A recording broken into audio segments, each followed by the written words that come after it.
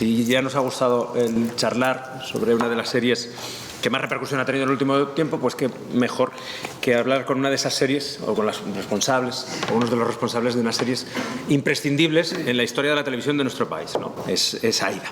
El 16 de enero del 2005, el día del estreno de la serie, su creador, Nacho García Velilla, decía sobre Aída, decía: en la ficción televisiva, donde reina el éxito tanto profesional como sentimental, no se había reflejado todavía el grupo de gente que lo pasa mal para llegar a fin de mes y cuyo fin no es el éxito, sino la supervivencia. No veremos, adelantaba, una familia feliz, sino que aspira a serlo. No veremos una persona establecida en un trabajo, sino personas que aspiran a buscar trabajo. Bueno, pues esa era la presentación de Aída, una serie nacida a partir de otra serie mítica e imprescindible como es Siete Vidas. Su estreno fue arrollador. Consiguió un sensacional 36% de audiencia, dato que ninguna otra serie de Telecinco ha conseguido alcanzar en su fecha de estreno hasta el día de hoy. O sea, tenéis ahí ese top. Fue el líder indiscutible durante toda su primera temporada, dejando una audiencia media de un 32,1%, lo que se tradujo en 5.764.000 espectadores de media. O sea, si esta es la media, imaginaros la parte de arriba, porque fue espectacular.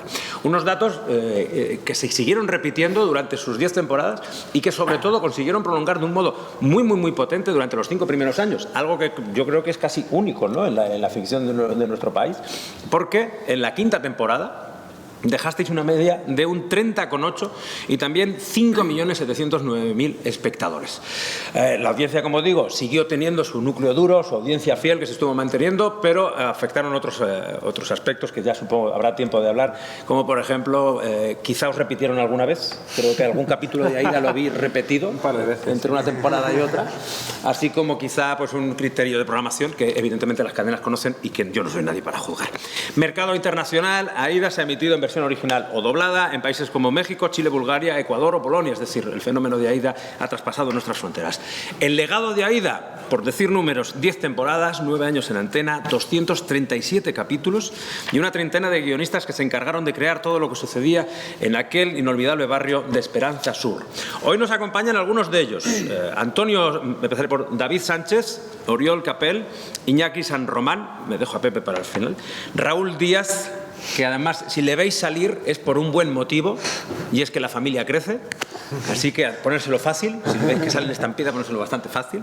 A su lado está Antonio Sánchez, y bueno, pues en la parte de los que se ponen frente a la cámara, de los que reconocéis en casa, Pepe Villuela, que tampoco creo que necesite más presentación y que es un verdadero placer teneros a los 6, ¿vale? La primera pregunta, y todas las lanzo sobre la mesa, el que quiera que la recoja, y podemos ir dándole vueltas. ¿Cómo se gesta Aída? Bueno, la verdad es que Aída era un personaje muy potente en Siete Vidas. Era un personaje cómico, pero tenía detrás, era una madre coraje, que era muy identificado, o sea, el público podía identificarse muy claro, era de extrarradio, era una rara avis en un mundo tan pijo, tan pequeño burgués como el que teníamos en Siete Vidas, y sí que surgió y además es que teníamos una actriz tremenda para defender a ese personaje, que es Carmen Machi, que tuvo mucho que ver, tener un muy buen personaje y una muy buena actriz, y empezó a sonar el run de hacer un spin-off. Lo sencillo de un spin-off, cuando tienes un personaje, sobre todo un personaje tan potente como Aída, es tirar del hilo, era tener un poco claro que teníamos que hacer una serie de gente de clase baja, que era como era el personaje. Era una serie pues, que tendría un tono muy diferente de Siete Vidas. Empezamos a pensar un poco referentes, porque era algo que tampoco se había hecho mucho. Estaba Roseanne en Estados Unidos, que era un poco el rollo que nos gustaba. Pues era un poco antigua la serie, pero sí que tenía el punto pues, de romper un poco con el modelo de familia de sitcom clásica de La Hora de Bill Cosby y todo ese rollo. Entonces, a partir de ahí fue tirar del hilo y empezar a crearle un mundo a Aída, y a medida que íbamos creando ese mundo, a medida que nos metíamos más en la historia esta de extrarradio, que además era algo que más o menos todos conocemos con el imaginario, yo soy de Hospitalet, ellos son de Carabanchel, o sea que no era algo que te quedara muy lejos. Entonces, a partir de ahí, pues entre anécdotas, el personaje de Luisma surgió enseguida, un poco necesitábamos un cómico, salió por oposición, y a medida que íbamos creando un poco lo que nosotros llamamos el mapa de personajes, porque De Aida solo sabíamos que tenía tres hijos. Se había hablado mucho del Jonathan, que era un personaje que había aparecido en Siete Vidas en Off.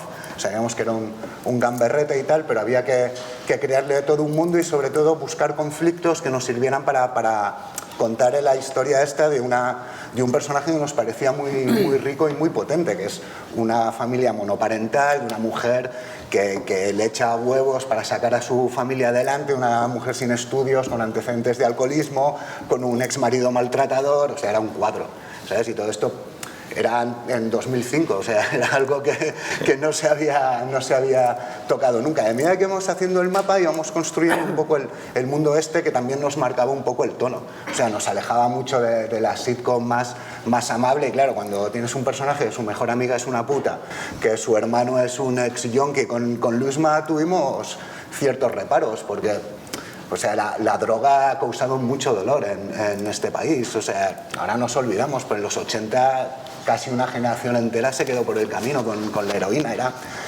Y nosotros íbamos a hacer comedia con eso. Entonces, ahí tuvimos muchísima suerte también de encontrar a Paco, que le dio una ternura al personaje y le quitó pues la acritud, sin dejar de tener el yonki de barrio, que era un poco nuestro referente, el tío que se ha quedado tonto con las drogas, que es un poco un niño grande con un conflicto muy chulo, que es que él estaba harto del San Benito del yonki y él quería prosperar y quería demostrarle a todo el mundo que él podía... Que no era tonto. Que no era tonto, ¿sabes? De hecho, él mismo es tonto. O sea, eso se quedó como coletilla y realmente nos daba mucha riqueza al personaje. Pero claro, el construir todo eso hacía que la serie pues, se nos convertía en algo descarnado y bastante crudo, en lo que empezamos a trabajar. Me acuerdo tanto en Biblia como en escritura, nos costó mucho encontrar el tono, pero luego vimos que podíamos sacar comedia desde el respeto, pero sobre todo intentando hacer una radiografía social. Me acuerdo en las primeras temporadas que teníamos muchas escenas de la familia comiendo patatas con costillas, uno buscando curro, y tirábamos un poco de esos conflictos, y la verdad es que fue bastante sorprendente la buena acogida que tuvo para ser algo que creo que en su momento era bastante punky para lo que se había hecho en la televisión generalista en España. Ya te digo, los referentes que manejábamos eran por un lado Roseanne, luego hay una película de Stephen Frears, no sé si que se llama Café Irlandés, sí, que tenía un poco ese tono que queríamos. ¿Qué hicisteis para venderlo? Claro, porque es verdad, te vas a Telecinco, 2005... Escribir mucho, darle muchas vueltas. Teníamos que llevar un piloto que fuera incontestable, claro. Y que te rieras mucho y que tuviera realmente todo lo que yo he explicado. Es muy fácil venir aquí y pegar una charla, claro. El año tuvimos mucha suerte porque, al menos por lo que yo recuerdo, esto se empezó a gestar en 2004. Estuvimos un año visionando, preparando la Biblia, grabamos un piloto que ahora no se suele hacer.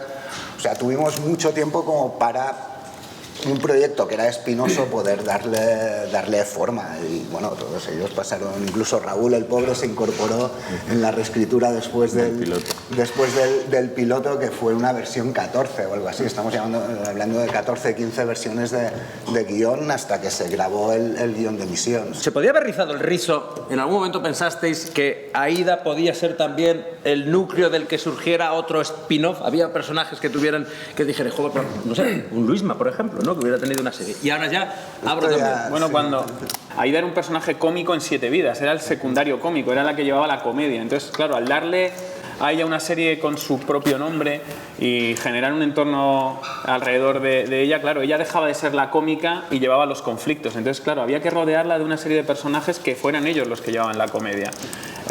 Entonces, claro, nunca se pensó en poder hacer un spin-off, pero claro, los personajes que fueron creciendo en ese entorno alrededor del protagonista que era Aida, claro, fueron cogiendo mucho peso. Y ahora yo creo que cualquiera de los personajes con la que acabó Aida pues, merecería tener una historia que fuera contada, ¿no? Hombre, sobre todo en el caso de Aida es que ya estaba todo plantado, ¿no? Porque muchos spin-offs se basan en el personaje funciona y lo meto en otra situación que, bueno, con otro mundo, ¿no? Como Joey, por ejemplo, que como Joey se viaja a otra ciudad y lo hace. Aida estaba todo contado ahí, ya se hablaba de Jonathan, ya se hablaba de que vivía en un barrio pobre, o sea, todas las pistas ya estaban ahí. Era prácticamente como contar la historia paralela al Casi que no, cuando Aida se va a casa. Pero ¿cuál sería el contra? A lo mejor el que el público... ¿Cuál era vuestro miedo? Había un contra que era... Y eso siempre lo pensamos, que cuando en Siete Vidas Aida había hablado tanto de su barrio, sobre todo de su hijo, decías, ahora cada uno en su casa se ha hecho una idea de cómo es esto y ahora se lo voy a ofrecer y podrá coincidir con mucha gente y le gustará a mucha gente, pero a mucha gente que dirá, yo no me lo imaginaba así, yo al Jonathan no le imaginaba de esta manera. Y ese fue un contra con el que... El Jonathan fue complicado por eso, porque además Aida llevaba como 3-4 años en 7 vidas hablando del Jonathan. Claro, empezó siendo un pequeño delincuente, pero si hubiéramos puesto el Jonathan del que hablaba Aida, teníamos al vaquilla. Sí. Teníamos un chaval de 18, 19 años que ya no era el gamberrete simpático. Claro, hacía alunizajes en 7 vidas. Al ser un personaje no podía ser mucho más bestia. Quemaba el instituto, hacía auténticas barrabasadas. Claro, al llevarle a tener el personaje no en pantalla, tuvimos que rebajarle la edad, cargándonos un poco lo que los frikis de los cómics llaman la continuidad, ¿no? y tuvimos que remodelar un poco el personaje para seguir teniendo pues un preadolescente simpático y gamberrete de 12 años que si quemaba el instituto, pues oye, o le rayaba el coche al profesor, no era un delito, ¿sabes? Fuera con razón. Claro, no era... Claro, algo había hecho. Claro. Luego que necesitábamos un adolescente y el personaje de Lorena nos daba muchísimo juego, porque además nos daba un efecto espejo con el conflicto de la madre de Aida y su hija, y una cosa de madre coraje que era precioso, que es que yo me estoy aquí fregando escaleras y dejando la vida para que mis hijas no cometan mis mismos errores y puedan tener un futuro que yo no he tenido. Pero claro, tenía una adolescente empeñada en cometer los mismos errores que había cometido ella, y eso, aunque estamos haciendo una comedia, necesitas un conflicto gordo y chulo con el que trabajar. Y luego tuvimos la suerte de que Anita Polvorosa, una actriz ya con 17 años que se nos presentó, que era una maravilla y tenía un talento para la comedia innata. Entonces pudimos aprovechar muchísimo ese conflicto y ese efecto espejo entre madre e hija y una abuela. Pepe, y cuando te llega el proyecto, te dicen, bueno, esto va a ser una historia en la que hay una protagonista que es alcohólica, que ya lo podías conocer por 7 vidas, sus hijos son unos macarras, la vecina es prostituta, el hijo... Pero tú vas a ser el personaje íntegro, con su personalidad, con sus valores. ¿Cómo recibes a Chema? Pues con los brazos abiertos. No tuve ninguna duda desde el primer momento en que aquello... Tuve dudas con respecto a si me iban a elegir. Esas las tuve y las mantuve durante bastantes meses, porque incluso después de hacer el piloto, pues uno se va a casa. Yo creo que si por algo nos caracterizamos la mayor parte de los seres humanos es por la inseguridad, ¿no? Entonces no sabes muy bien. Yo cuando leo aquello y me veo, digo, yo sí me veo, pero claro, otra cosa es que me vean los demás. Lo que hago es ilusionarme muchísimo, y cuando hacemos el piloto me ilusiono todavía más. Pero como estos procesos, digamos, de gestación de proyectos van tan despacio, pues pasan unos meses y ya se me generan todas las dudas del mundo y yo ya no sé si voy a estar. Entonces, bueno, empiezo a olvidarme también hasta que un buen día pues ya me dicen y me confirman, y entonces es cuando ya me pongo nervioso del todo. Es cuando ya digo, bueno, pues ahora parece que sí, ahora tienes que estar a la altura, ¿no? Y tienes que, bueno, pues saber... Yo no sabía lo que se me venía encima, creo que nadie lo sabía. Creo que todos esperábamos, bueno, pues que Aida tuviera una aceptación moderada, lo suficientemente amplia como para tener una continuidad. Pero nadie, yo creo que nadie del equipo pensaba que iba a tener por delante una década entera para desarrollar, para trabajar. Cada año que empezábamos la temporada pensaba, esta será la última, no puede ser ya que esto siga funcionando de esta manera. Era como un sueño que se venía ampliando a medida que crecía, ¿no? Cuando ya llegamos al capítulo 100 y dije, bueno, pues quedarán 7, 8, 10, 20, pero cuando llegas al 200 ya estás completamente sobrecogido, porque dices, ¿hasta dónde vamos a llegar, ¿no? No me aburrí ni un solo día, estuve sorprendiéndome todo el tiempo y aprendiendo como actor. Y aunque bueno, quizás sea el foro más adecuado para decirlo y puede sospecharse que se pueda decir por halagar, creo que la base del éxito de Aida ha sido el guión. Desde el principio ha estado muy claro, ¿no? Que el guión era una estructura, una partitura de la cual tú podías sacar y extraer oro, porque estaba muy trabajado.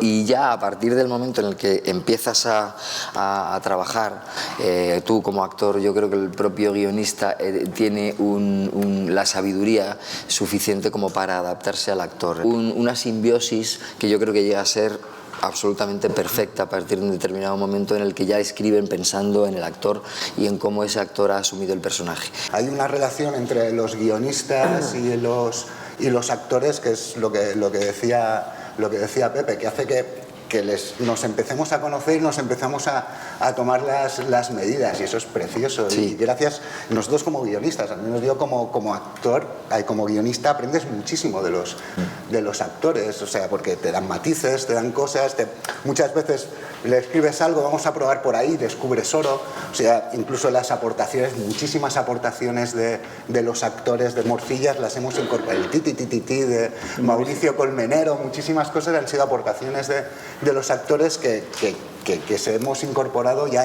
en la escritura, porque tú lo que quieres es hacer reír. Entonces, todas las armas son pocas, ¿no? Y eso es lo bonito, de que vamos todos a una. No sé si saltarían las alarmas o no, pero te llega la protagonista, la que pone el nombre de la serie, y dice, pues mira que yo ya he cumplido una etapa, como ya dijo, dice, yo el personaje lo llevo interpretando, no arrastrando, porque ya lo dice con mucho orgullo, lo lleva interpretando desde 7 vidas, que es decir, ya lleva unos años de bagaje, más luego aquí dice, quiero probar cosas nuevas. Yo no sé lo que pasaría en aquel despacho, pero... Bueno, yo tampoco. Ahora nos enteramos juntos, Pepe. Pero que quizás nos pasa lo mismo. Yo me fui cuando se fue Carmen también, o sea, pues, también había terminado una etapa y había creado la serie y ya... Todo el mundo había terminado una etapa y pensaba que se iba a acabar en la semana siguiente y nos dejaron con todo el marrón. Nos dejamos el marronazo. Bueno. Sí que es verdad que en 7 vidas, que es la predecesora, nos pasó que se nos fueron actores en 7 vidas, cada temporada era casi renovarlo. Decimos, no, nos reinventamos más que Madonna, ¿no? en 7 vidas. Entonces sí que en Aída hicimos el ejercicio desde el principio de intentar tener eso controlado, de decir, bueno, por eso el personaje de Soraya estuvo guardado. Soraya se la menciona ya en el Se la capítulo menciona 1. en el capítulo 1 y decir, bueno, si en algún momento pasa algo, tengo para había tirar. una previsión. Sí. Porque es que en 7 vidas tuvimos que improvisar mucho, porque fue un rollo a los actores de 7 vidas les llamaron mucho para hacer cine y se nos fueron yendo. Se nos fue primero Javier Cámara, Toni Cantó, Paz Vega, después vinieron Santi Millán, Eva Santolaria, que también se fueron, y era decir, hostia, hacer este ejercicio cada temporada nueva, de hacer prácticamente una serie nueva, porque buscar personajes es de las cosas más complicadas que hay en la ficción, ¿no? De crear el personaje de cero, lo que decimos, luego se va alimentando, luego va creciendo junto con el actor y todo es más fluido, pero el principio es saber cómo habla este personaje, qué tono tiene, qué dice, qué no dice, y eso en 7 vidas lo hicimos a partir de cierto capítulo que era cada 2 temporadas teníamos que hacerlo con 3, 4 personajes. Casi nada. Y aún así aguantó. Y en Aída quisimos tener claro que eso no... que si nos pasara eso tuviéramos un plan B. Carmen llevaba con el personaje de Aída desde 7 vidas, eran muchos años haciendo ese mismo personaje y ella quería hacer otras cosas, se sentía a veces incluso hasta agobiada, porque bueno, de esto Pepe puede hablaros un poco de lo que supone tener una serie de éxito, como es el caso de Aída, ¿no? Su día a día era complicado y bueno, hay gente que lo suele llevar mejor o que se adapta a vivir con eso, otra gente que lo lleva peor. En el caso de Carmen ya... O sea, ella contaba a veces anécdotas y yo las he vivido con ellas de no poder salir a la calle. Era tremendo. Entonces, claro, ella necesitaba hacer otras cosas y sobre todo que no se la recordara solo por el personaje de Aída, ¿no? Entonces, claro, era desde esa comprensión que todo el mundo tiene hacia una gran actriz que lleva ese agobio encima, pues ella lo iba sembrando ya, iba hablando de, oye, yo ya me voy planteando que esta temporada igual es la última, o sea que fue una cosa que fue poco a poco, ¿no? Sí, progresivo. En el momento en el que ya se decía, lo que pasa que claro, lo que quisimos era planificar un poco su salida, desde el mapa de tramas, desde los guiones, que no fuera de repente, oye, hay que sacar de un día para otro a Carmen Machi de la serie. Entonces, claro, fue más o menos planificado y coordinado, ¿no? También quisimos tener un poco a Carmen Machi presente, aunque fuera en off, en los capítulos posteriores a su salida. Incluso buscamos una salida que fuera emotiva, ¿no? Y que todo el mundo recordara. Y yo recuerdo aquella secuencia de que viene a buscarle el coche de policía cuando ella mata al marido de Soraya y el coche de policía no arranca y todo el barrio empuja el coche de policía para llevarlo. Sí, y era como hasta genio y figura, ¿no? El personaje de ella se va marcando, el barrio tiene que empujar el coche de policía para que arranque y se la lleven, ¿no? Y yo creo que con eso, bueno, se superaron los miedos y al final, gracias al esfuerzo de todos, la serie funcionó. Y a mí me llama mucho la atención cómo de un inicio que teníamos pensado un poco a Chema como el partener, ¿no? La pareja de Aida, como al final de la serie acaba casándose con la hija de las vueltas que acabas dando en 237 capítulos. Por eso decía antes que nadie imaginaba que iba a pasar con esto, porque bueno, de entrada en la realidad nadie hubiera imaginado que iba a durar tanto, y dentro ya de la ficción éramos incapaces de imaginar qué iba a pasar con los personajes. Muchas veces en las entrevistas te decían, bueno, ¿y qué le va a pasar a Chema esta temporada? Digo, no tengo ni idea. Pues no sé qué me va a pasar en mi vida. Y me parece que, bueno, que como personaje es muy bonito también enfrentarte a una temporada en la que no sabes lo que te va a pasar. El sistema de producción también que tenía Aida facilitaba esto, porque a los actores el guión de cada capítulo les llegaba pues prácticamente 2 días antes, porque los capítulos de Aida se grababan 1 por semana. No es como otras series que tienen exteriores, que agrupan secuencias según en función y están grabando 4 o 5 capítulos a la vez. Aida es una semana un capítulo, otra semana otro capítulo. Entonces los guiones se bajaban la semana que se iba a rodar, pues el día antes de la italiana los actores acaban de rodar un capítulo y se les daba el guión. Mañana hay mesa italiana, échale un vistazo para mañana la lectura. Y así era como se mantenía un poco, con ese sistema de producción, un poco la intriga de... Sí que había una reunión previa, igual a veces, según las temporadas, para contarles a los actores por dónde iban a ir los personajes, pero luego las cambiábamos también, porque sobre la marcha decíamos, sí, es que esto no mejora, le metemos en esto. Y volviendo a lo que decía Raúl con el personaje de Miren, fue gracioso porque yo estuve en el momento en el que se fue Carmen y vino Miren. Entonces, claro, Miren entraba con un conflicto que era que sufría malos tratos y entonces era como un dramón. Y cuando leyó el guión, y claro, ya me cogió y me dijo, ¿pero esto no era una comedia? No, porque su marido la pegaba, venía y Aida se cargaba al marido, claro, y ella venía como, ¿yo qué estoy haciendo? Entonces Miren se descolocó, me acuerdo en esos 2 primeros capítulos, era de... Si yo estoy aquí llorando como una plañidera todo el santo día y estos cabrones están riéndose y están haciendo tal y yo tengo aquí un dramón encima, claro, yo intentaba superar que en una comedia con tantos personajes cómicos alrededor, ella de repente venía y decía, ¿y yo por qué tengo que decir estas cosas? Es que no, yo venía a hacer comedia. Y luego ya le explicábamos de, bueno, es que esto es la entrada y luego ya tu personaje cambiará. Y claro, yo creo que cuando superó su momento de entrar, luego ya ella le dio mucho volumen al personaje y fue un filón también, ¿no? Había, en ese piloto, me centro en el piloto. En el piloto deduzco que habría cosas que tendríais claro que sí que iban a ir a lo definitivo, y luego sería también, claro, un campo de pruebas, ¿no? Un testeo. Por ejemplo, el personaje de Paz inicialmente no era...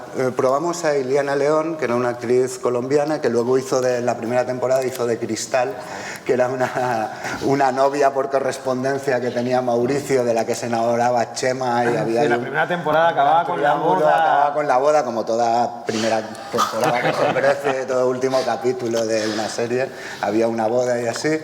Y realmente no nos terminaba de convencer porque Iliana es muy buena actriz, pero buscábamos el rollo este de barrio, de amigas confidentes que comen pipas en un banco y que se toman un café con leche en el bar, y realmente encontramos a Melanie, que sí que nos ayudaba a crear un poco ese mundo de la mejor amiga, un poco maruja de Aida, y a crear un poco esa amistad, un poco de eso, de café con leche en un bar y Nobel, un poco.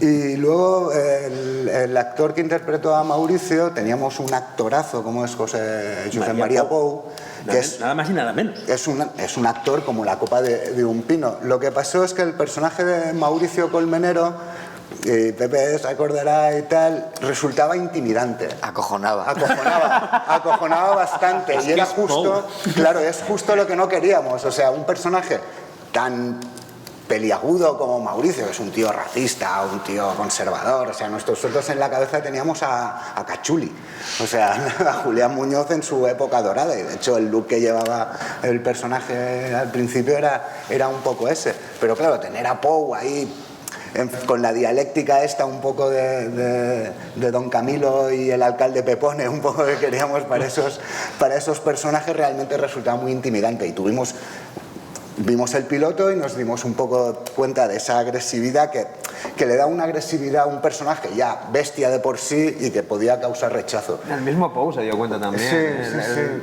Fue de los primeros que dijo que no terminaba de verse. Se acojonó también, ¿no? Sí. No, además, era un rollo que cuando nosotros no lo vemos te surge la duda de cómo le voy a decir a a José María Pou que no terminó de verlo. Y nos lo facilitó mucho él porque él tampoco lo vio. Se veía. Y tuvimos la gran suerte de encontrar a Mariano. Y realmente ya desde el principio, en las primeras lecturas, Mariano sí que tenía el rollo ese de pobre hombre, que le iba muchísimo más al personaje. Mauricio realmente era un caciquillo de medio pelo, era un hombre con los pies de barro, o sea, él humillaba a Machu Picchu porque lo tenía por debajo, pero un tío que humillaba a su madre porque vivía con ella. Entonces, para ese tipo de perfil, para quitarle agresividad, porque Mauricio decía unas burradas bestiales como nunca se habían dicho en la tele, necesitábamos a alguien que nos diera un poco esa pátina de pobre hombre y que le quitara agresividad, porque claro, es que si no teníamos a un neonazi. Eugenia tampoco. Eugenia, eso es. Carmen Rossi hizo el piloto y luego, bueno, la verdad es que era también muy buena actriz y Marisol Ayuso también lo hizo fenomenal, hizo suyo el personaje de Eugenia y luego, bueno, pues lamentablemente para la pobre Carmen Rossi falleció y claro, lo primero que pensamos es, ostras, hubiéramos tenido un problema, ¿no? Si hubiera... Ella también. Ella también lo tuvo, sí. Pues es que peor fue el suyo. Pero, claro, dijimos, bueno, el cambio, claro, es lo primero que piensas, ¿no? Pero claro, los cambios al final, y yo recuerdo aquella cuando llegamos con el piloto, lo primero que fuimos a un comité de Globomedia, que era antes una cosa como... Dios, vamos al comité. Era como, madre mía, con nuestro piloto, con nuestra cinta, y me acuerdo que se hacía no en la productora, en un hotel. Entonces una sala de un hotel con una proyección y... Hacía una reunión de Spectra, de esas, Sí. de James Bond. Vamos a ver ahí. Sí, un poco ese rollo. Todos ahí, claro. Entonces yo recuerdo aquella proyección con todos los directivos de Globomedia, los peces gordos, Dani Écija, Miquel. Sí, Miquel, tal, todos allí. Claro, era aquello de íbamos Oriol, Nacho y yo con aquella cinta. El culo así. Y claro, y proyección. Y dijimos, hostia, aquí va nuestra criatura, a ver qué pasa. Y claro, todo, silencios, tal, era como todo muy frío. Y cuando acabó el epílogo, estábamos los tres ahí con como dice Uri, con el culo apretado y dicen, tenemos el mejor piloto que se haya hecho nunca. ¡Ostras! ¡Wow! Ya era como, ya empezaban todo el mundo, que eran todos buenos comentarios, claro, es que era un reto, ¿no? Y ya fue como súper relajante, era como, Dios mío. Y luego el comité siguió y nos dijeron, ¿podéis quedaros? Que vamos a hablar de otros proyectos. Pues nos quedamos. Habríamos hecho el piloto cojonudo, ya lo que queráis. Y nosotros opinando de otros proyectos de Globomedia, ¿no? Yo es que esto lo cambiaría, claro, era como, fue de verdad que yo, de cómo... Vale, esto es lo que vamos a llevar a la cadena y se lo vamos a defender a muerte. Pues la cadena tuvo también sus reparos, pero claro, con el apoyo de la propia productora se hicieron eran cosas de... Realmente las correcciones que nos mandaron después de aquel piloto fue muy pequeño, ¿no? Y fue la verdad es que un subidón. Hablemos del método de trabajo de Globomedia y concretamente el de AIDA. No sé si AIDA es una forma muy concreta, muy específica de trabajar el guión o es extrapolable a productos, a otros proyectos de pero vamos a hablar de AIDA. ¿Cuánta gente se ve involucrada a la hora de escribir un guión? Porque a mí me han dicho que aquello es una sala como bastante poblada.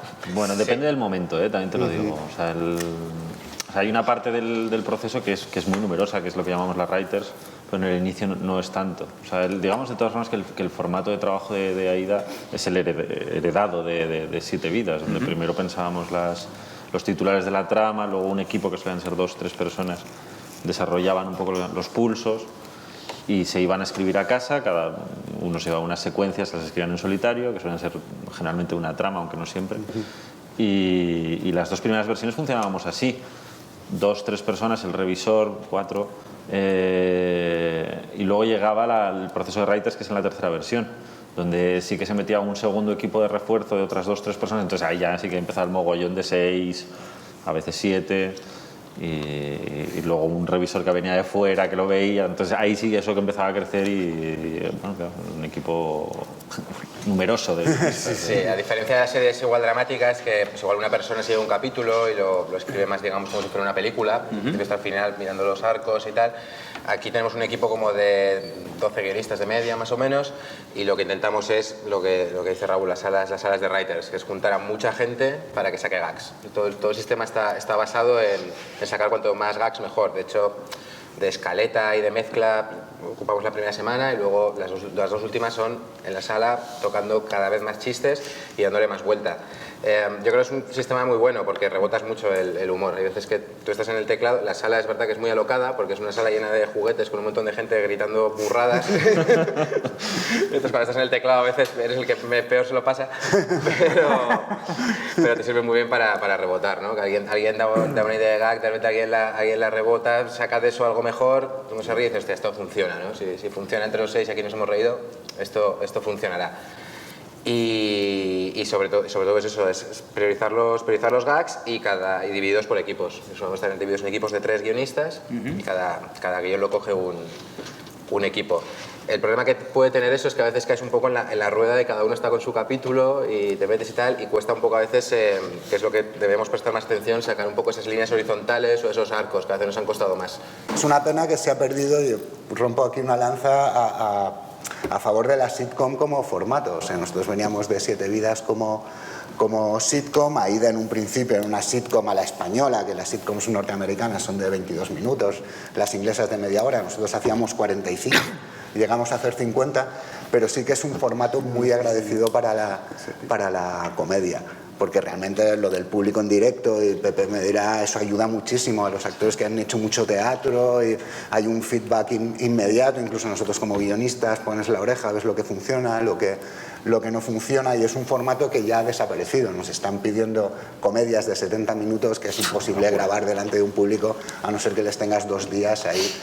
O sea, no se puede comparar lo que es actuar ante el silencio y esa mirada fría de una cámara, del objetivo de la cámara, a hacerlo con el trasfondo de la respuesta de un público que te está diciendo si lo que has hecho gusta o no, y de forma inmediata. Que además eso hace que tú mismo te retroalimentes, ¿no? Y que vayas lanzado a la siguiente secuencia y que cuando termines la secuencia y oyes los aplausos y tal, te cojas de la mano entre los actores. O sea, la energía que va surgiendo no es la misma que la de la rutina diaria de hacer una secuencia, otra, repetir. Es que claro, con el público no puedes repetir, tienes que llegar con una tensión y con una fuerza y con un conocimiento de lo que vas a hacer muy claro, porque no te puedes permitir darle al público 7 veces la misma secuencia, como mucho 3. Yo sí que he echado un poco en falta, porque sí que hay veces que tú dices, va, esto te ríes en la Writers, te ríes en la italiana, lo pones en escena y dices, coño, ¿qué está pasando? ¿Qué ha pasado? Y ahí tienes que tener la habilidad y la rapidez de cambiarlo. Entonces, eso muchas veces te lo daba el público. Tú sabías que había chistes que funcionaban y funcionaban, y había veces que pensabas que el chiste iba a funcionar y dices, hostia, ¿qué falla? Y el público te daba esa pista, y muchas veces o te lo encontrás ya tarde en la edición, o tal, es una cosa que, bueno, tenemos oficio y son muchos capítulos y sabías más o menos prevenirlo, pero venía muy bien ese feedback inmediato del público en Sí, incluso se daban gags que no sospechabas que existían dentro del guión, porque decías algo y decías, ¿se han reído? ¿De qué? Y entonces ya sé de qué, pero no me había dado cuenta hasta que el público no me lo ha dado, ¿no? Hay un mapa de la serie en la habitación de los guionistas, una pizarra, porque en el caso de Aida debía ser como el Guernica. Cada personaje tenía un peso, una personalidad, unas tramas y demás. Pues va a tener 2 pizarras. 2 pizarras. 2 pizarras seguidas, sí. 2 pizarras porque cuando acabas la temporada había que pasar al ordenador y nos daba pereza, entonces cogíamos otra pizarra. Pero la nueva. Es que claro, una pizarra te entra en 13 y había veces que la temporada eran 26. Claro. Como bueno, pues nada, 2 pizarras y muchos personajes. Es un código de colores que se utiliza. Lo primero que se hace empezar cada temporada es qué le va a pasar a cada personaje. Entonces pones los nombres de los personajes en una pizarra, los números de los capítulos y vas marcando por tramas y composite de colores. Cada color, digamos que es una trama horizontal. Vas marcando las tramas horizontales y luego vas rellenando pues con tramas autoconclusivas. Al final lo que obtienes es una cuadrícula enorme composite de muchos colores. De esa manera tú, alejándote de la pizarra y por el código de colores, sabes más o menos si has sido muy pesado con las tramas de una tensión sexual o... Entonces dices, igual estamos igual siendo muy exagerados con esto, vamos a distanciar los capítulos entre sí para que no tenga tanta presencia. Entonces, bueno, ese es el ejercicio que se hace. Lo que pasa es que decía Iñaki, luego todo eso hay que pasarlo a un ordenador. Y al final esos posts van cambiando porque cojo este de aquí, lo pongo aquí y este me llevo porque tal. Entonces es un poco un juego que se va haciendo a lo largo de la temporada porque ese mapa de tramas no es una herramienta inflexible que hay que cumplir desde el capítulo 1 de la temporada hasta el último, sino que se van cambiando cosas. Igual una trama no te funciona o no tenía el recorrido que tú pensabas inicialmente y la vas cortando, y entonces al final vas cambiando tramas, ¿no? Ese es un poco el ejercicio previo en cada inicio de temporada que se hace con la serie, y en este caso con este formato, ¿no? El final de Aida fue cuando menos peculiar, o al menos lo que salía a los medios de comunicación, porque se anuncia esta va a ser la 10ª, va a ser la última temporada, y cuando parece que vais a terminar dice, no, es que Telecinco ha pedido 2 capítulos más.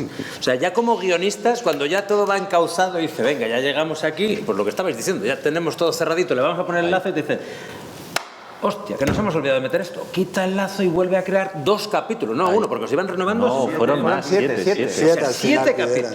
Ahí hay una... Sí, esta parte ya. Hay una sitcom, Bueno, ya, Pepe, también ya para los actores sería esto de, bueno, pues ya está, pues ha sido 2 besos, nos vemos, no que hay más, pues venga. De hecho, se produjo la paradoja que el último capítulo en emisión se grabó antes de esos 7. O sea, tuvimos que meterlos dentro de la temporada ya terminada. O sea, había un final ya cerrado Y grabado. que se guardó hasta evidentemente para ser Habíamos el final. grabado la última secuencia, habíamos llorado todos, nos habíamos abrazado, nos habíamos despedido y luego hubo que hacer 7 capítulos más. Pero literalmente estábamos despidiéndonos con un cóctel. Eso iba a preguntar si había ya fiesta, no llegó a Sí, ser sí, así. sí. ¿Ya había habido fiesta? De hecho, nosotros fuimos porque nos dijeron, oye, se graba la última secuencia de Aida. Nosotros ya no estábamos en la productora y entonces dijo, qué día más emotivo, vamos a ir a despedirnos del equipo, de los actores. Volvimos a la productora, oye, es último, todos en el plató, me acuerdo, se graba la última secuencia, el director lo da ok. Pues señores, hemos acabado. Un aplauso, una ovación, todos llorando. Nada, un cóctel, todos allí. Bueno, pues nos fuimos, nos despedimos y al día siguiente dicen, no, que hay que hacer 7 más. Digo, pero si nos despedimos ayer. Entonces hubo otra vez otra despedida y dijimos nosotros, ya no vamos a volver, ¿eh? Entonces sí, hubo como varias despedidas por los 7 capítulos aquellos, que luego incluso fueron más de 7, ¿no? O pidieron más. Yo creo, bueno, A partir del cóctel fueron 7, pero antes ya habían pedido alguno. Sí, antes habían pedido alguno más, sí, 2, 3 y luego fueron los 7 después del último. Sí, un personaje que se resiste a marchar. Sí, lo que pasa es que a mí me parece... Superviviente, después de todo. No sé, bueno, yo aquí ya quizá me meten camisas de 11 varas. Obedece un poco a la arbitrariedad con la que las cadenas muchas veces tratan este tipo de productos, por llamarlo de alguna manera, ¿no? Las tratan muy mal y creen... Yo creo que adolece de falta de respeto al trabajo en este caso de los guionistas, ¿no? A mí me parece muy bien, yo tengo 7 capítulos más para trabajar, ¿no? Pero no me parece bien en el sentido de que no puedes imprimir tus problemas o trasladarlos a una parte que es creativa y que se resiente muchísimo, ¿no? A la hora de... Yo quiero 7 más, pero es que esto no se avisa así, esto no se hace así, necesitas una previsión, bueno, entras en la churrería. Y eso es muy peligroso. Y yo creo que muchos de los directivos de las televisiones no trabajan pensando en esa parte creativa, sino al margen de ella, y creo que por eso muchas veces las series naufragan o nacen mal, nacen torcidas ya, o con graves defectos. Me parece más grave es que ni siquiera piensen en el espectador, que eso sí que me parece, porque es su cliente. No, pero... O sea, que no piensen en el equipo y dices, bueno, tal, pero que ni siquiera pienses en tu espectador, que entres en unas batallas. Yo creo que no tienen ni puñetera idea. Que le tengas tan poco respeto pensando que se va a tragar cualquier cosa, Sí, dices, eso ¿sabes? Eso es lo Hubo que una me parece indignación muy más. grande en redes sociales por el maltrato que estaba sufriendo la serie, por el retraso, por los cambios del día, por absolutamente todo, ¿no? O sea, que realmente es verdad que el público se hizo notar. Claro, porque además es que para una serie emblemática. desde el punto de vista creativo tú siempre intentas al final de temporada dejar un gancho, algo que te deje la temporada en alto, que deje cierto gustillo y que la gente luego cuando empiece la siguiente temporada esté con la ostras, ¿y qué va a pasar con esto, ¿no? Con esta trama. Y eso al final ya, desde el punto de vista creativo, al final ya optábamos por no hacerlo, porque trabajábamos todos los mapas de tramas con ese concepto y al final la cadena o te pedía 2 o te emitía cuando no debía. te decía que ibas a ir en enero y luego de repente cambiaba. Nos ha pasado a veces con 7 vidas, que era una serie que iba muy pegada a la actualidad, de hacer chistes sociológicos con cosas que estaban pasando en España. Y de repente hacíamos chistes del islote de perejil 8 meses después. ¿Qué era eso?